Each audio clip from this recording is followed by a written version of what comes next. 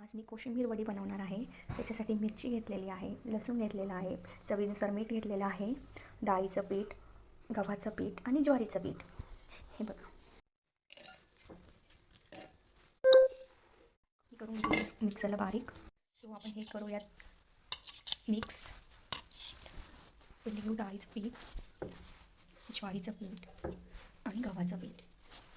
So mix करून घेऊयात.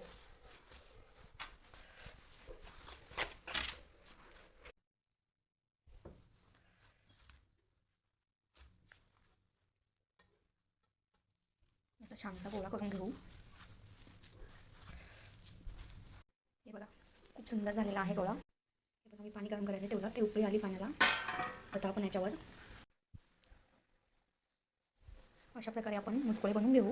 हे बघा, रेडी झालेला आहे. एक एक ठेवून घेऊ. अशा प्रकारे ठेवून घेतला. चला याच्यावर झाकण ठेवते. हे होईपर्यंत आपण हे बघा, मी तळण्यासाठी टाकलेले आहेत. सो 5 मिनिटामध्ये रेडी होऊन जाईल. बघा, क्रिस्पी अशी वडी तयार झालेली आहे. क्रिस्पी वडी रेडी झालेली आहे. बघू शकता, ती छान अशी वडी झालेली आहे. क्रिस्पी झालेली आहे.